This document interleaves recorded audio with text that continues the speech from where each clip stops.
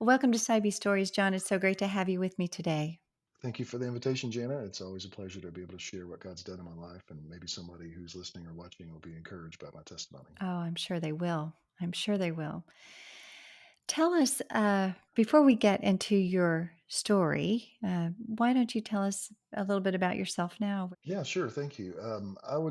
Professionally, I am a media relations guy, so I work with a lot of reporters who want to talk to ministries and see what God's doing in and through those ministries. Share more about how I got into that maybe later, but I'm a dad. I'm a middle-aged dad, and I love being a dad. I have 11-year-old and 14-year-old girls. And the essence of who I am is as a father. So I'm kind of your standard middle-aged guy with two kids, and take them to the park. We go to the pool. We ride bicycles. We ride skateboards. And take them rock climbing, that kind of stuff. Well, that sounds fun. Sometimes as an adult, it's really great to have kids. They just keep you young. All right, let's start your story now. Tell me about your family, where you were born, the your home life. What was it? Was it religious at all? Did they talk about God? Did you go to church? What did that look like? I grew up in a large Southern family, so there's a cultural side of religion that's in there. We had a giant Bible on our coffee table. We occasionally went to church. VBS, Vacation Bible School, was a great daycare for working families that they could drop their kids off for a week at a time. So I had some of those experiences. But my family, I have six brothers, four sisters. I come from a family where my mother was widowed, and then a couple things didn't work out, and so I am the baby boy of 11. I have a younger sister. I have six older brothers that are all really big, macho, tough guys. But as far as religion, we would say grace at family functions. My uncle would share a prayer, but it's just real simple, basic cultural Christianity here in the South. But you grow up with this understanding about what's a little bit of right and wrong, what's a little bit of morality, but not necessarily anything that's gospel focused. My sister and I've had many conversations, Jana, about we're so thankful that the Lord rescued us from where we grew up from. A lot of times you can tell a lot about a person about where they came from and where they left and where they live now. But um, my best friend, growing up, my whole childhood, he died of a drug overdose when he was 19, and that could have been me easily. Mhm. The county I'm from in Kentucky is called Muhlenberg County, but it's jokingly referred to in a sad way as Methenberg County. Oh my. So there's a lot of drug use there, and so we're really thankful for being able to escape that and get out of that. But as far as religion goes, we kind of knew who Jesus was, but it wasn't something that our family took serious. There was some token displays of religion, as pretty much most Southern families know. So you had some kind of touch points of God or church and VBS. Did you have any sense, even as a child, did you pray to God? Did you believe in God? Did you believe what they were saying? I felt like I had a religious experience when I was about 7 years old. I was at a vacation Bible school, but I remember my best friend at the time, a guy named Derek. He professed Christ and then walked down the aisle to get baptized. And we played baseball, we rode motorcycles, and we were always a very competitive friendship. So part of me, I mean, I walked down an aisle when I was like 7, and I got baptized, but it didn't stick. There was nothing really there. Um, I had a couple points in my, I would say, middle school years where I began to just kind of take a look at the Bible. I remember reading some stuff about for predestination, and I think it was in First Peter or something like that. And it just was kind of interesting to me. But one of the main themes I did have my whole life is I was terrified of death. Growing up, being 47, I was just a child during the Cold War in the early 80s. I was just terrified of nuclear holocaust. I mean, in all the movies, there was so much pop culture on this, and so what happened to someone when you died, how you died, that was just something that's really serious that caused me a lot of angst, anxiety, just as a boy, and I carried that quite for quite a while. Yeah, I would imagine that that would be difficult. You said your mother was a widow, and I'm sure even just personally experiencing the loss of a parent that probably brought that issue a little bit forward for you and makes you think about it a little bit more seriously, especially when it's happened so close to you.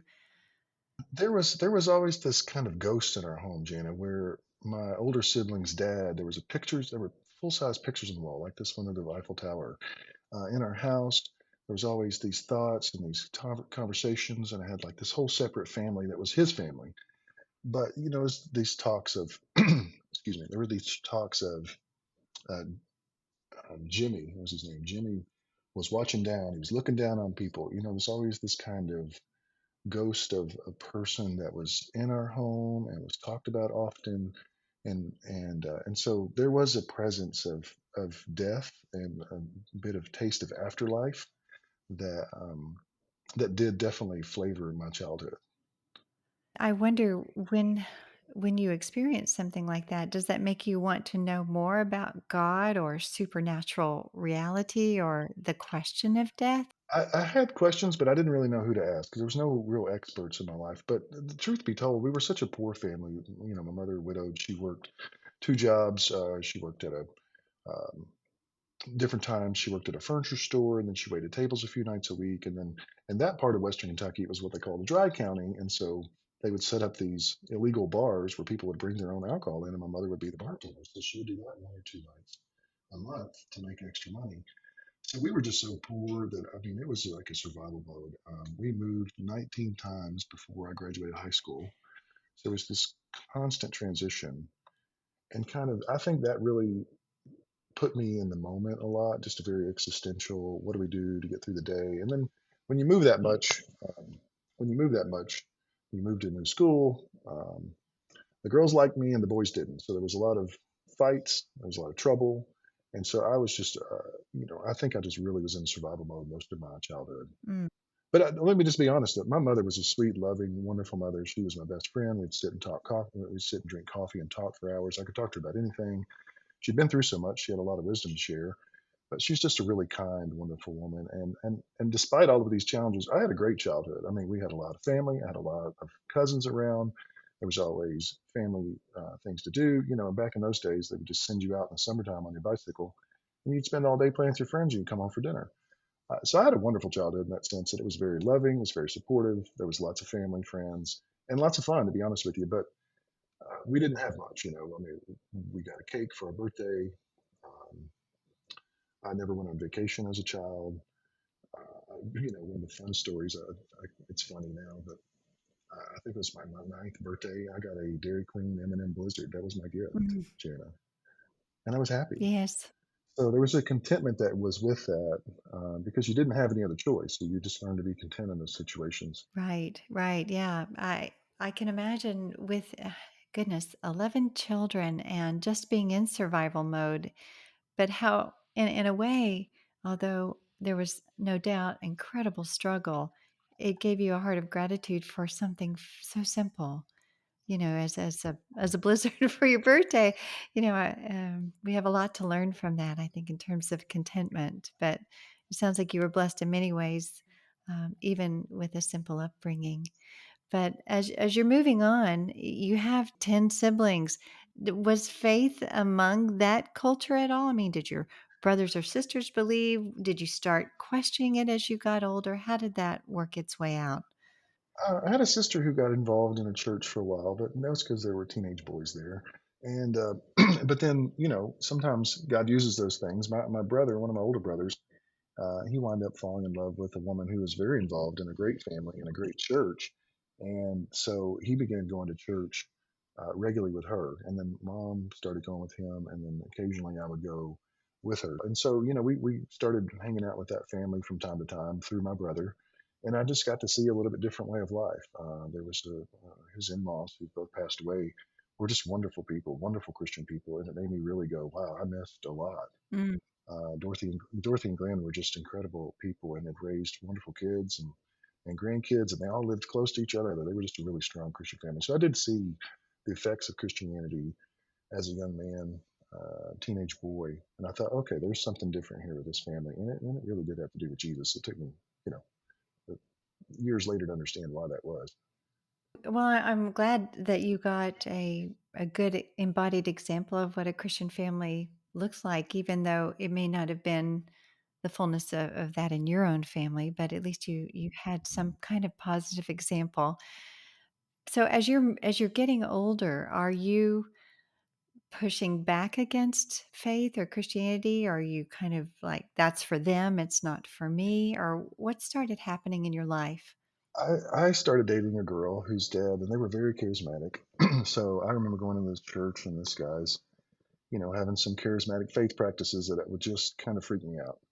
But I liked this girl, and her family always was there, and her dad would occasionally preach, and so I was around a different kind of Christianity that made me think, okay, what's going on here? I don't really understand all this. I did begin to read the Bible. I remember reading in John, and I just thought that was really interesting, and then First John about love, and so I had a couple touches with the Bible. I don't know if I would say God was probably pulling me in at that time, but there was a resistance because I was a hellraiser. Like I was a kid who got in fights at school. I was drinking at a young age. I stole my sister's car. I made keys to my mom's car when I was 15 and would drive it around when she was out bartending at night. I mean, I did all those kind of things growing up, and so there was a part of me that was like, okay, if God is real, then I'm going to have to change the way I live because obviously this is not the right kind of way to live. So, yeah, it wasn't something you were really eagerly looking for. Yeah, as a teenage boy, I'm sure the last thing you wanted was some kind of cosmic authority in your life telling you what to do. So it was just easier and I presume more fun for you to live on in the way that you wanted to live. Well, sin has a particular, appeal to it when you're lost, and obviously Satan's really good at temptation and keeping people in that way. I do think now, many years later, that he was very fearful of the fact of what would happen when a man, like me, came to Christ. The the times that I did touch into the Bible, there was always something that came out. There was always something that happened. With girlfriends, and not living the right way, and accumulating a past that's not to be proud of. Um, but I would have called myself at that point a non-believer, an atheist, because it's like I don't want God to exist. So I'm not necessarily a full-blown anger towards God. I didn't really understand God. God was this very intangible thing, but I'd obviously seen the fruit of what a tangible faith looked like in the families that my brother was involved in, and those kind of things. I did see, well, there is something that happens when you follow Christ and you live a good life. I mean, these people were good, wholesome people. But when you're a young kid doing what you want to do and chasing after the things of the world, I mean, that's kind of boring. It doesn't appeal to you. And you're like, oh, maybe that'd be something that happens when I get older. So, did you at that time when you were pushing away from God and the things of God, I guess, you did you called yourself an atheist? You identified I mean, you rejected that there was a God or that you just didn't Hmm. want there to be a God? There's all these big questions. I didn't have questions of really my purpose. I didn't have questions of really um, necessarily the afterlife. It was more of a morality. Mm. I didn't want God to be. I didn't want anybody to tell me what I could or couldn't do. Um, and that's just really where I was. So we can talk more about my military stuff I guess in a few minutes. But when I went in the military, I had atheist on my dog tags. And how far was it from high school to your military service? How old were you when you entered into military service and decidedly put atheist on your dog tag? It was only a couple years. So I graduated high school just not too long after I turned 17, and then joined the Marine Corps pretty soon after I turned 19. I was just a big party guy, and so I didn't mind it lasting in school but a couple semesters. Um, and so I was moving home, and my brother, who's the pastor, he loaned me his truck to move out of the dorm, and so I called my best friend up. He come to the dorm to help me move, and on the way back to move home, we stopped to buy some drugs, and we got busted. I'd already talked to a recruiter once, but it didn't really go anywhere. I thought, oh, there's no way I'd go in the military, with all this authority issues I have and no control or whatever. But so I was kind of forced. So I remember walking into this foyer, and to my left was the Navy recruiter, and to the right was the Marine Corps recruiter. So I walked into the Navy office, and there was nobody in there. And then the Marine recruiter said, "Hey, hey, why don't you come in here?" So I was like, "Okay," and I just kind of walked over there, nosed over there, And we got to talking, and he said, "Well, have you taken the ASVAB?" And I said, "No, sir. I skipped school that day." And so I had to take the test, and I wound up taking the test, and it's a little bit of, I don't know, maybe a day or two. And so he called me back and he said, "Hey, you can do anything you want. You scored really good on the test." I said, "Okay, great." So I was like, "What's your toughest jobs?" "Public affairs." And I said, "What's that?" And he said, "Oh, you'll be a, it's like you're a journalist." He's like, "You ever seen Full Metal Jacket?" He said, "You'll be Joker." I said, you go and you write stories and you tell the Marine Corps story to the community. And he's like, and then when reporters want to talk, to Marines, you usually help them out and help them get their story. I said, "Okay, sign me up for that." And that's how I got out of drug charges, and that's why I joined the Marine Corps, which was a dramatic shift in life for me and really helped change the trajectory of my life. I'm really thankful for the Marine Corps. Yeah. So that's how I became. That's how I joined the military, and then I wound up putting atheist on my dog tag, and so I did carry that title um, into the Marine Corps. And then when I was in boot camp at Parris Island, the only time the drill instructors wouldn't mess with you is if you went to church or chapel, so they'd leave you alone. So I actually started going to church, started going to chapel, Just to and get I would left just sit alone by there. your superiors? Yes, yes, just to sit there and doze off or have nobody, just to sit in the air conditioning. Because on Sunday after, on Sunday, it was a light day, but at noon they would, or before noon you go to chapel, and then you go to chow, and you had a couple hours of free time. And free time is usually like you work out on your own, or you polish your boots, or you write letters to mom and dad, or you get ready for the inspection that's coming up the next day, or whatever those kind of things. But for that little bit of time, that hour, hour and a half, you didn't have a drill instructor barking at you, which is a nice reprieve. But I did start carrying the Bible in boot camp, and I read it from time to time, and I carried it in my pocket As an because, atheist. As an atheist. yeah, Now, why yeah. did you I start mean, reading a Bible and carrying one with you? Does it haunt back to those early days of worrying or wondering about death? well, that's a great question. I see why you have such a great show. It gave me something to do a lot of times. I mean, there was a lot of hurry up and wait where you would move somewhere as a unit and you would sit down for an hour waiting for somebody to come, supplies to arrive, the training to begin. And so you'd get there early and you'd just sit there, or you'd stand there. And so if you had a Bible, you could pull it out and read it, but you couldn't talk to anybody. It was boring. And so the Bible gave me something to do and something to read. And I remember, it sounds silly, but I remember just looking at the clouds a lot and just thinking, I wonder if there is a God and if he's happy that I'm reading this Bible.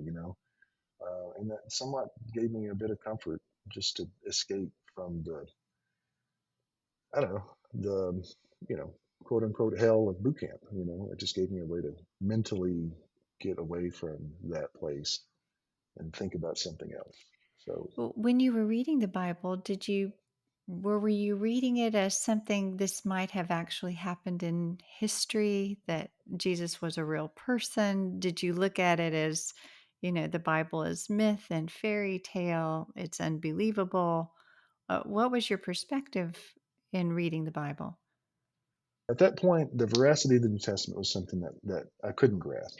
How true the Bible was. Jesus was a real person, but there was these fantastical stories and the prophets and in Revelation, and there was this wisdom and Ecclesiastes and Proverbs, and then there was the stories about Jesus. I didn't really get it, but it was just something that I think it was just something to do and to entertain me. Um, just to gives my mind some kind of exercise to do. Mm, But if we fast forward a few years, I got out of the Marine Corps, um, and I moved back home. And I was going to use my GI Bill and go to college. At that point, you got to realize my time in the Marine Corps was really exciting. I got to do a lot of traveling. First time I wore a suit or a tie. First time I flew on an airplane, because as a poor Southern guy, we just didn't have, this wasn't a part of my life. And so I got to live a pretty exciting life as a journalist, especially as a single, no kids. So I got to write incredible, fun stories. But if we fast forward a few years, I got out of the Marine Corps, I moved home, went to college, and then I joined the Army National Guard on September 7th okay. because they had 100% tuition reimbursement. Well, I joined on September 7th, and then September 11th happened. Mm. And then I got called up, and we got deployed. And it was on that deployment where I gave my life to Christ. So this is where the Ecclesiastes comes into play, because A man gave me a copy of the Bible and said, "Here, keep this with you."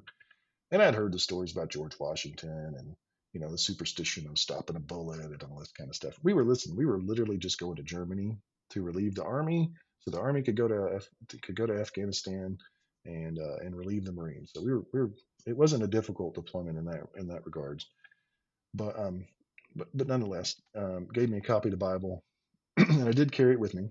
Um, and and then on the day we deployed, my one of my soldiers, he had been married for 2 years and had a 2-year-old kid, and his wife said that she was leaving him. Mm. And so he's my soldier, and he was broken. I mean, this guy was distraught, just crying, bawling like a baby. His whole life is over, but he couldn't. He was getting deployed, so he couldn't do anything about it. He had to leave or go AWOL. That was his only two choices. So one of the first sergeants said, "Well, take him to see a chaplain." I had been in a church. I couldn't tell you how many years. Now at this point, I'm 24. I don't think I've been in church since probably I was 17, 18. I might have visited a church when I went home to see mom. I don't remember any particular time.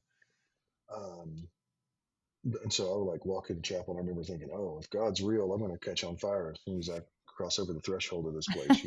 Yeah. Um, for all the hell raising and bar fights and all the things I had done, that I'm not proud of when I was in the Marine Corps and so forth. But Chaplin talked to the guy, encouraged the guy, whatever. I don't know what he said to him. But that was one example where I was like, okay, this guy's broken, and I have no idea how to fix this kid because he's only like maybe 19 or 20, Mm. and but he's my responsibility. I'm the sergeant. I'm in charge, and then I had another guy, giant of a man, big 6'8", tough guy. He lost his cool in the middle of like a patrol and just threw his weapon down and cried like a baby, because he was like missing home and he just had a nervous breakdown. I had no idea how to fix this guy either. He was very angry, and so it's like, what is going on with these people? And then and then not too much longer after that, I had another soldier whose son had passed away. He had three boys, and his oldest son died.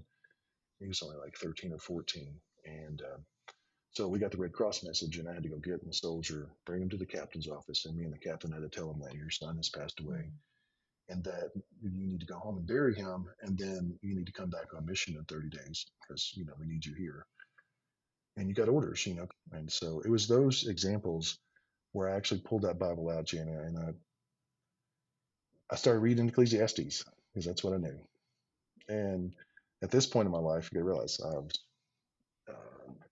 hell raising, drinking, fighting. I mean, I was not a man who would, you know, want to go to the Bible for anything, but I open up Ecclesiastes and there it is.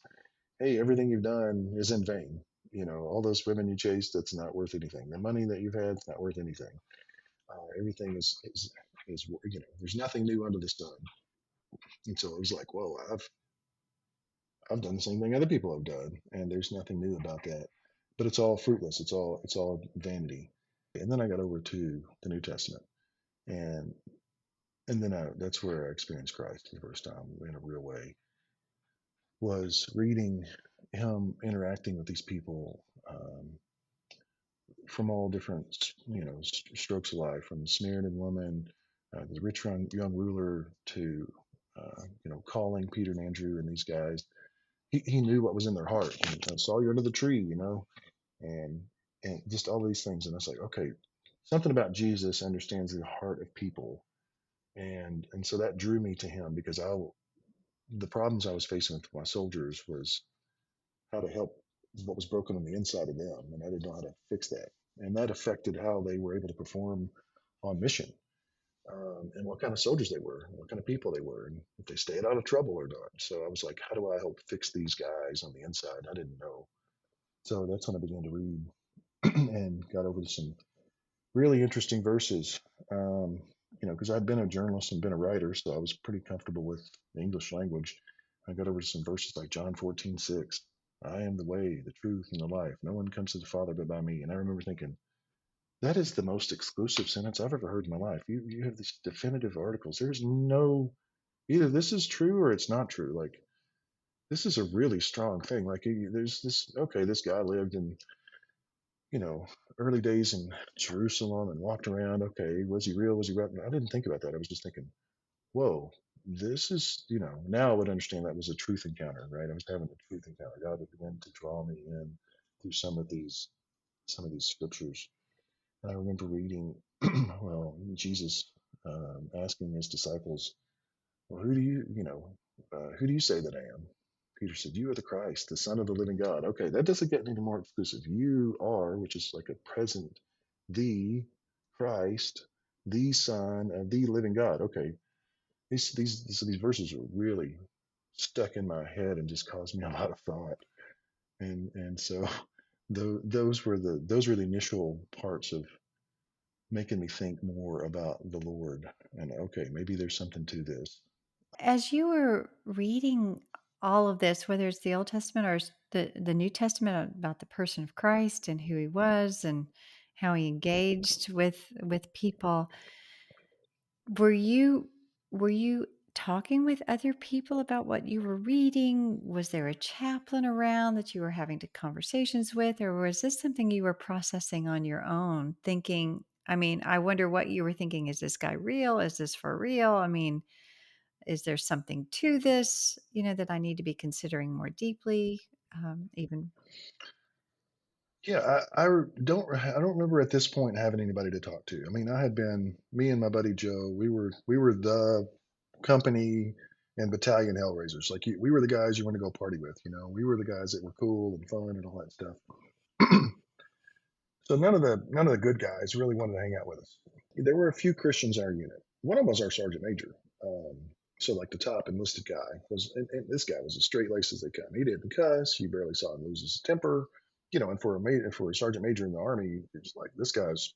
I had expectations of what those would look like. I was looking at it through a Marine Corps lens, so it was a little bit different perspective. But there were a couple guys that I knew were Christians, and they lived differently. But no, I didn't talk to them at that point. They didn't want to talk to me. But one of the things that did happen is I wanted to quit smoking. I smoked cigarettes like crazy.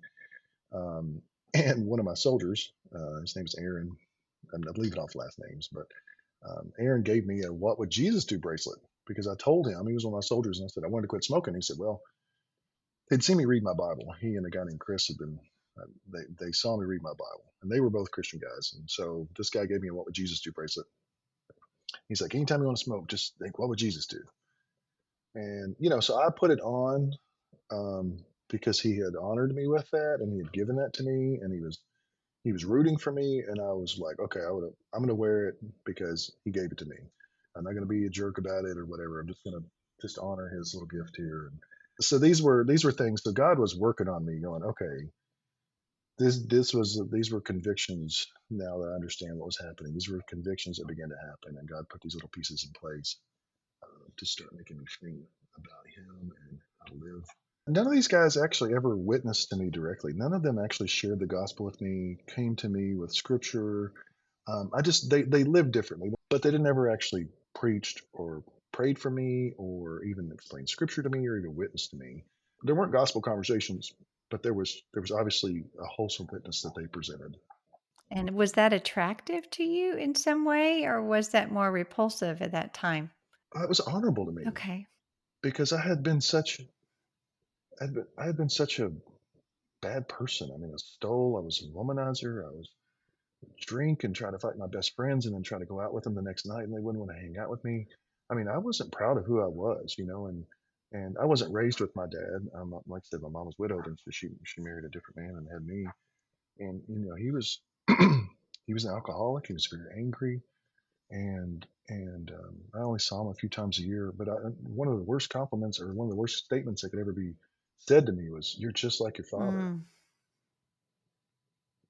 And so it was in those moments where I was like, I'm becoming my dad. And what's funny, Jenna, is I look exactly like my dad, minus blue eyes. Like, we are twins. Oh, But anyway, there was a wholesomeness to that, and I was honored. It was honorable to me that they wanted to live differently and wholesomely. And I remember thinking back to the Glenn and Dorothys of the world had been, just a wonderful family context. And this you think of when you watch TV and see all these wholesome families. That was not what I grew up in.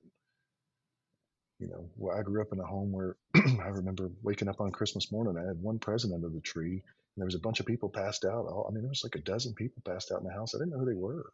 I'm like 12 or 13 years old. I mean, that's the kind of home Oh I grew up my. in. Yes. But there was something about these guys that lived differently, and that was attracted to me. It was like, okay, there's a different way to live that doesn't come with all this trouble and drama, and that was a little bit attractive to me. Mm. And you knew they were Christians, but they just lived their life in front of you. They didn't try to push it upon you or Never. They were honestly quiet Christians. mm, Um, I don't remember seeing anybody really witness to anybody.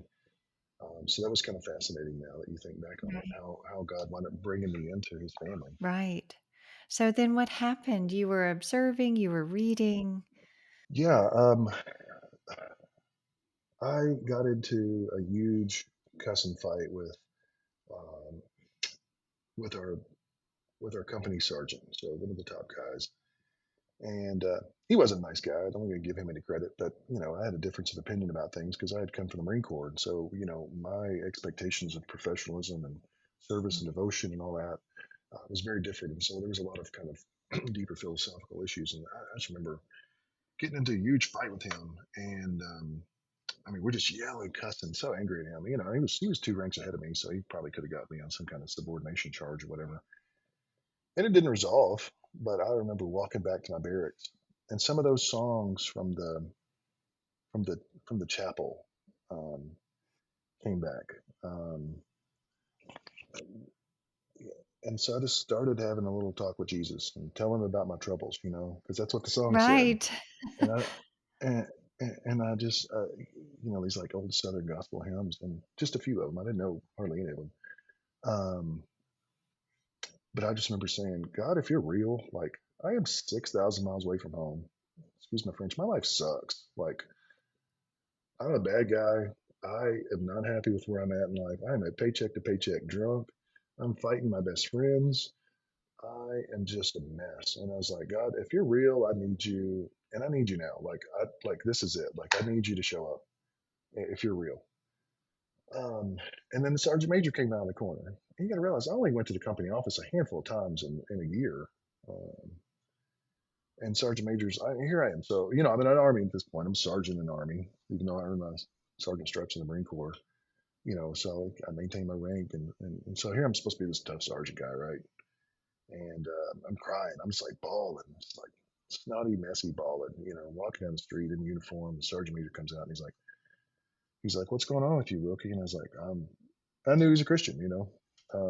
Everybody did because they always made fun of him because he didn't go drink, he wouldn't do all this stuff. But anyway, I was like, I'm just having a talk with Jesus, and I'm telling him about my troubles. I have no idea what he said to me.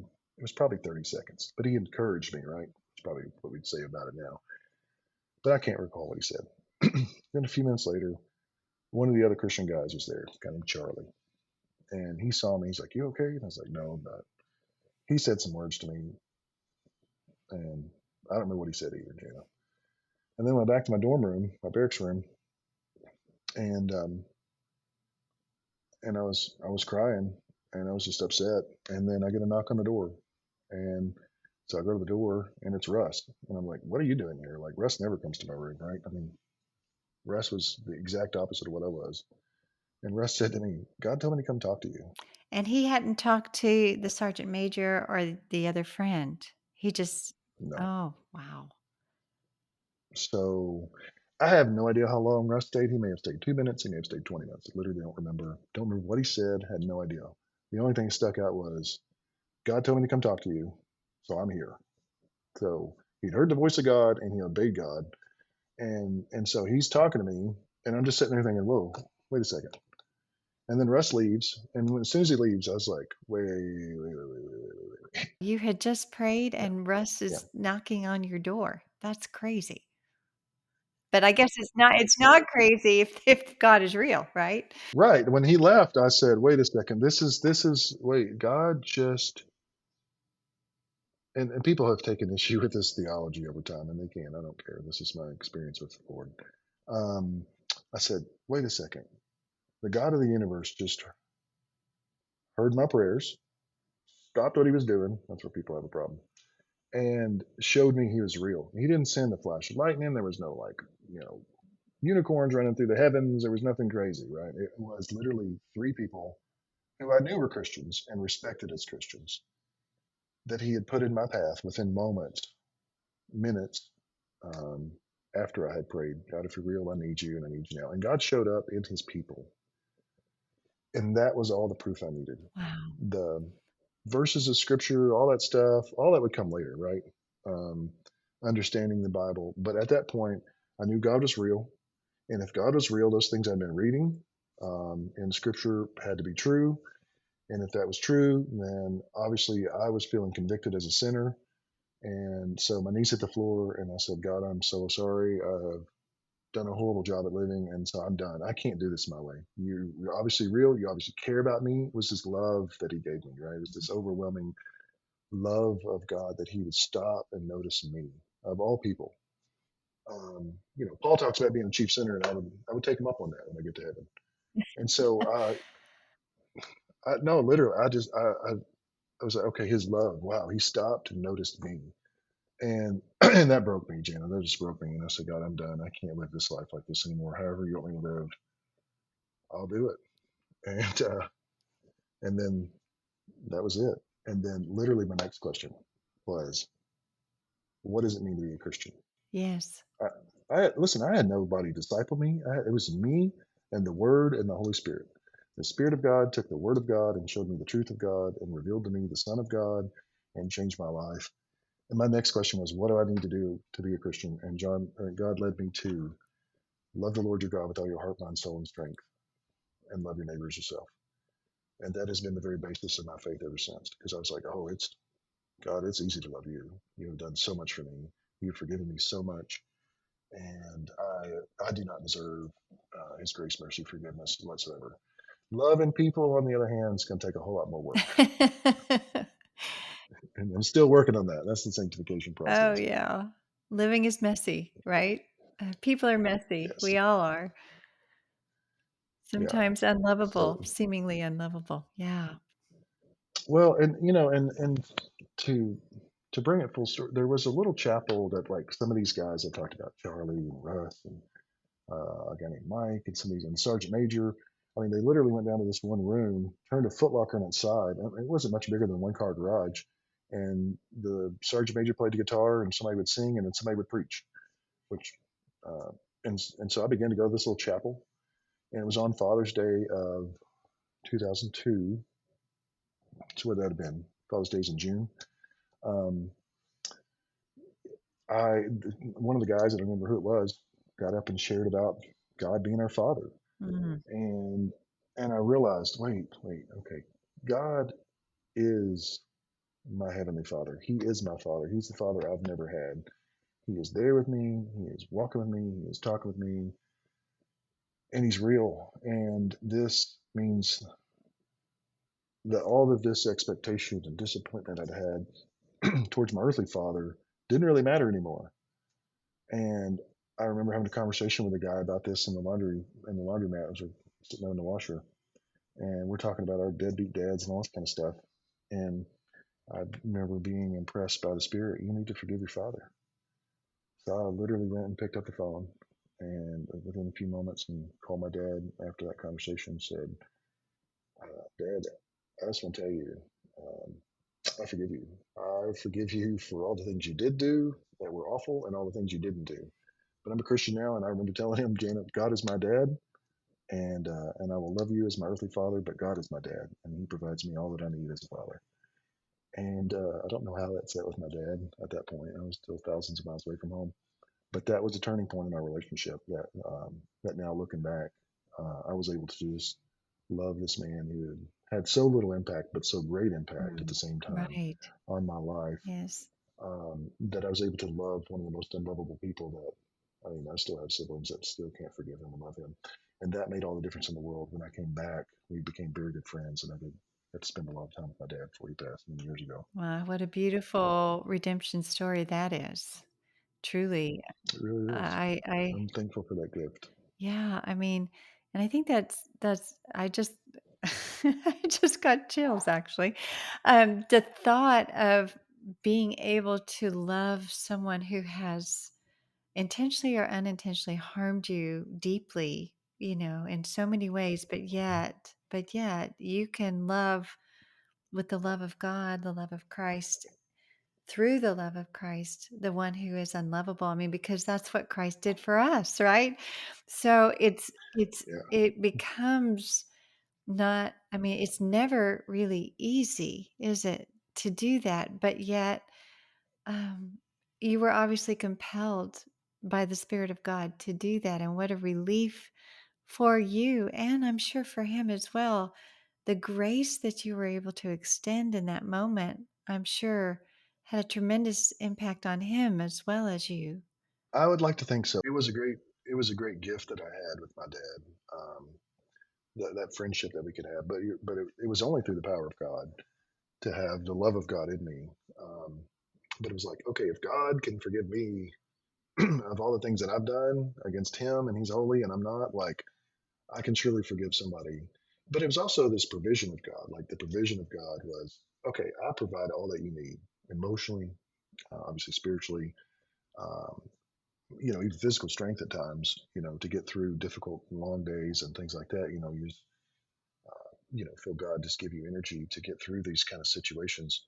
Yeah, it is, what a relief it is sometimes when we put so much pressure on other people to be a certain way for us and towards us. And certainly we all desire a healthy relationship with parents and good, and all that. But the reality is, we live in a broken world with broken people, and no human will ever fulfill us in the way or love us in the way that we desire.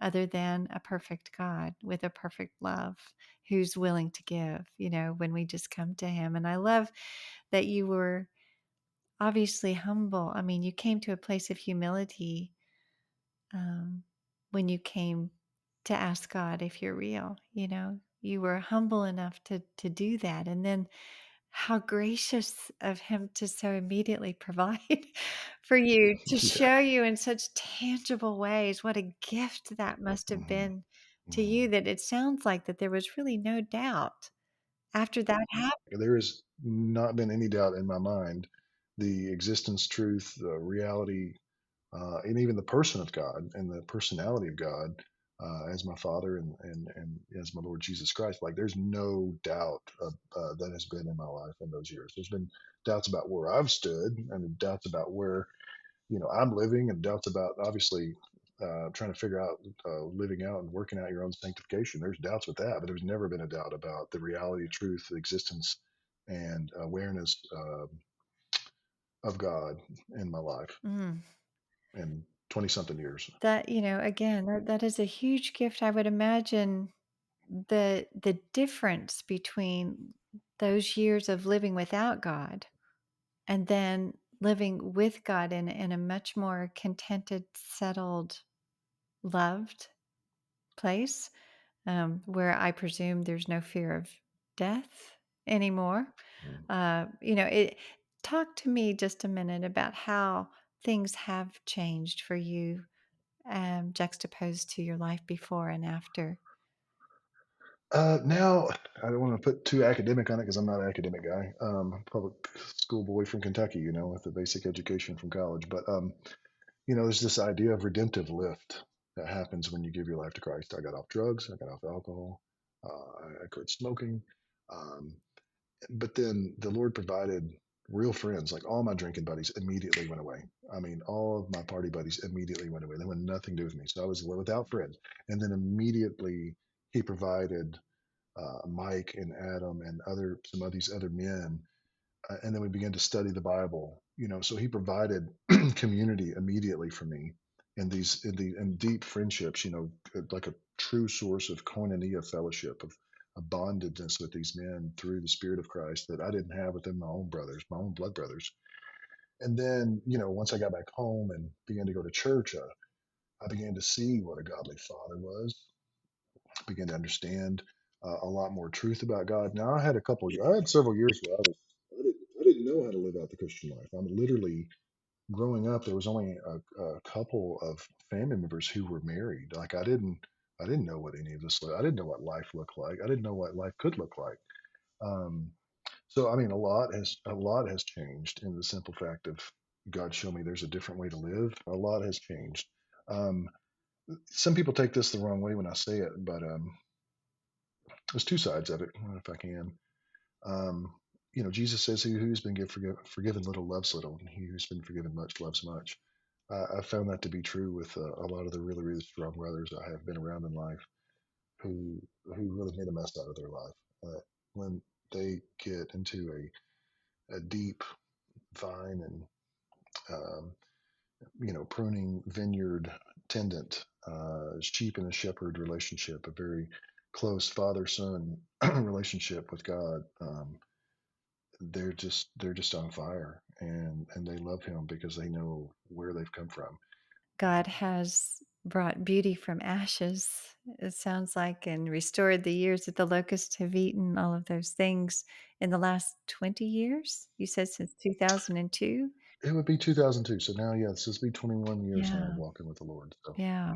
which is wild. I mean, I tell these stories to people, and it's like I'm talking about a different person. Like when I came home, Jada, I mean, it was the music, how I dressed, how I talked, things I thought about, my dreams. I mean, I had dreams about all kinds of dreams about God, and you know, just everything about. I literally was a new creator, like literally a new creation. Same skin, same flesh, same background, but I'm literally like a brand new person. Yeah. And people didn't recognize that. Yeah, oh, I'm sure. I'm sure. It's like, where did John go? Who is this guy?" Yeah. Yeah. Yeah. So now it's funny 21 years later when I tell these stories, I'm like, who is that guy? Like, I mean, you get to tell some of your story and you get used to sharing some things, but we've skipped a lot, obviously. It's been 21 years, but um, it's like a whole, people don't even recognize that guy. Wow. I mean, there's such beauty and power in that kind of transformation though, John, that's so inspiring. Truly. I mean, I think that you can reach so many people with your story because so many people are in that same place or trying to figure it out. And I'm thinking about those even who might be listening right now to your story saying, "I'm that guy." You know, "I'm that guy," or "I'm that woman who is a hellraiser," or, just whatever. And how I would like to find something different or something more, or actually have a piece of that obvious love that you have and contentment in life and change, that change. I mean, I think if anything, you demonstrate that change is possible. Um, All things are possible with God. I right. mean, he loved a sinner like me first, and that's why I know what love is. Yeah. So if somebody's listening like that today, what would you say to someone like that? How could you encourage them to? I mean, is it saying a prayer to God? Are you real? Is it, connecting with Christians? I mean, reading the Bible. I can think of, you actually took time to try to figure something out even though you were on your own for quite a while. How can you guide someone towards Christ? I would challenge people to just pray that prayer of God, I need you. When you get to that low moment in life, God, I need you, and I have faith that He'll show up. I have faith that He will walk into your situation and help you understand where you are and what you need, and He'll show that He's real and He'll show that He loves you. I mean, I would love to see people have that experience with God where, first I had a truth encounter with the word, and then I had an experiential encounter with God in that way of providing people. I would also say, you can't discount the Christians that are around you. We're all not going to be perfect in what we do, but sometimes just asking the question, like, what happened to you? Um, yeah, I don't expect it to be perfect, but like, how did you come to know God? I mean, just asking that question, uh, because I mean, we do that all the time. How do I fix a shingle? How do I change a tie rod? I mean, we look up things on YouTube. We look up things all the time. We ask other questions all the time. So if you're struggling in your faith, if you're trying to figure out what if God is real and just one, ask Him, and two, ask other people because God uses His people as broken and as messy as they are. He used people. He's still sovereign. He's still going to work it out, but literally, his people are a representation of him, even in their mess and their struggle in life. But I mean, people of faith still have a lot that they can share, and the Spirit of God is in them, and so the Spirit of God can speak through them to you and guide you to Scripture and give you wisdom in life um, that you just would never have expected. That's perfect. And then, you know, again, there it seems like there were several touch points that God had Christians or believers in your life at different points. Even as a child, you saw that beautiful family um, as representative of something good. And then later, you know, those men in the army who who were again just touch points, maybe not pushy, you know, they weren't pressing, they weren't, but they were living in such a way that you knew that they were different. What would you say to Christians in terms of how we can best engage with people who are, some may be looking, we don't know it, you know, some may not be looking for God. We in this world, it has become so polarized and so vitriolic, I guess is the word. It's so politicized. It's hard for some people to separate when they're looking at Christians, the politics from who they are as people.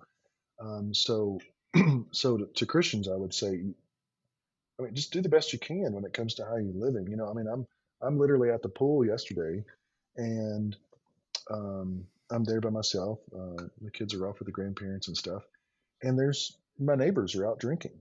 So I just get in the pool. It's hot. I get in the pool. I go over there and and just sit down and talk to them. They're drinking. They're talking, and guys like, hey, would you like a beer? And it's like, no, no, thanks. I don't. And so I literally hang out with them for like an hour and a half, and we talk about some pop culture. We talk about some music, some movies, some news that's happening, and but through the conversation, I'll just kind of drop little things. Oh, you know what? I'm just kind of a straight laced guy. I don't drink and do those kind of things anymore. Um, but then, through that friendship evangelism, I mean, one of my mentors and friends, he wrote a great book about contagious faith. It's different styles of evangelism. With my neighbors, they obviously know something's different, and I'm hoping those conversations will come up. I mean, they see me obviously get ready for church and come home from church. They're not hearing me cussing. They're not hearing me. You're not seeing me drinking and hanging out. But those little things that I saw were okay. There's something different about this guy, but I'm still relatable and I'm still fun and I'm still cool enough to hang out with. That they don't really care if I'm not getting drunk with them. And sometimes Christians get in. I would here's I guess here's the thrust of my answer, Gina. Christians get in their bubble so much they don't know how to hang out with sinners anymore. Yes. And that is a sad thing because our Lord walked with people to the point where they thought he was one of them, even though he never partook in the same life that they did. And they accused him of all kinds of horrible stuff.